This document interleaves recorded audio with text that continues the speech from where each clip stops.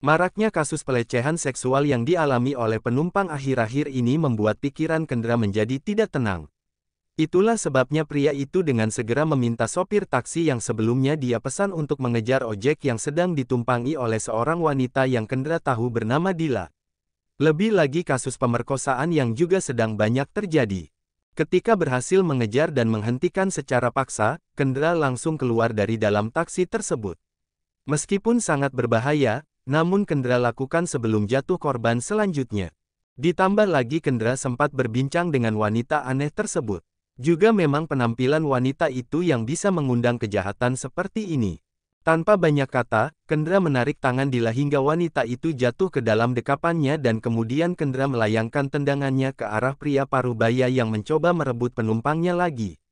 Bukan, lebih tepatnya ingin merebut calon mangsanya lagi, sebab pria itu tadi sudah melakukan hal yang tak senonoh pada Dila. Mengelus paha Dila yang memang dibiarkan terlihat dengan bebas. Bro, pria itu jatuh terjengkang ke belakang dengan tangan yang langsung menekan perutnya yang baru saja ditendang pria tak dikenal. Anak kurang ajar, berani-beraninya menendang orang yang lebih tua darimu, hah. Pria itu berusaha bangkit, dengan tatapan yang begitu nyalang ke arah Kendra. Nggak punya sopan santun sama sekali. Imbuhnya dengan nada yang tampak sangat marah.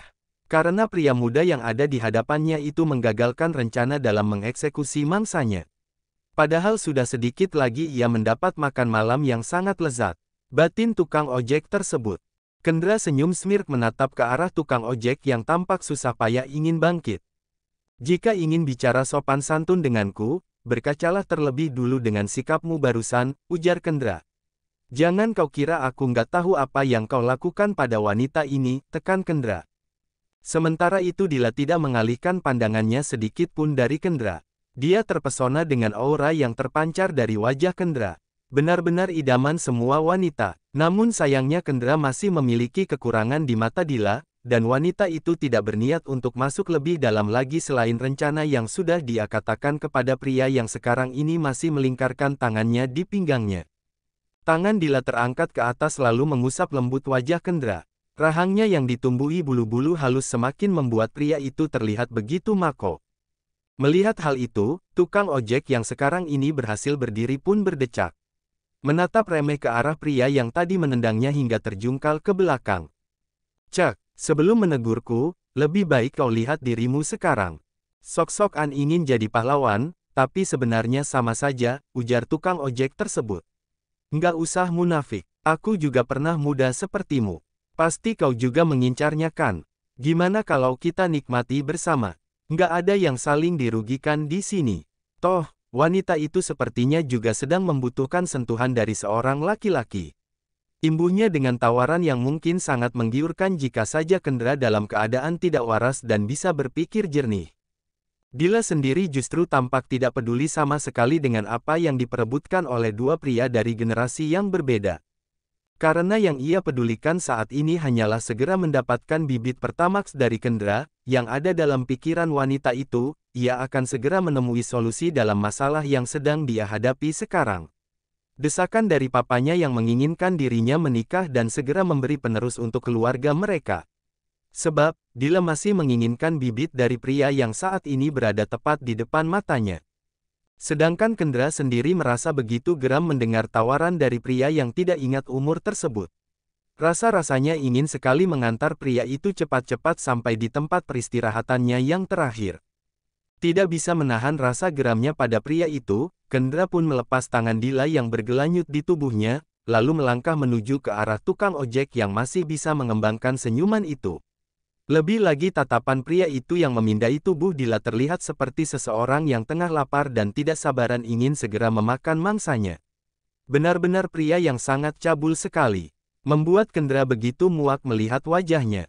Dengan satu gerakan saja tukang ojek itu kembali tersungkur. Tidak sampai di situ saja Kendra memberi pelajaran kepada orang itu. Kendra menginjak tangan pria itu dengan sangat keras hingga menjerit mengadu kesakitan. Tangan ini sama sekali tidak berhak untuk berfungsi lagi, ujar Kendra menatap dengan tatapan penuh marah. Ampun, aku nggak akan mengulangnya lagi. Pinta tukang ojek itu yang terdengar begitu pilu. Tidak hanya diinjak biasa, Kendra bahkan dengan kejamnya mematahkan tangan yang sempat menyentuh paha Dila. Orang sepertimu, tidak pantas mendapatkan ampun. Tegas Kendra yang kemudian meninggalkan pria itu.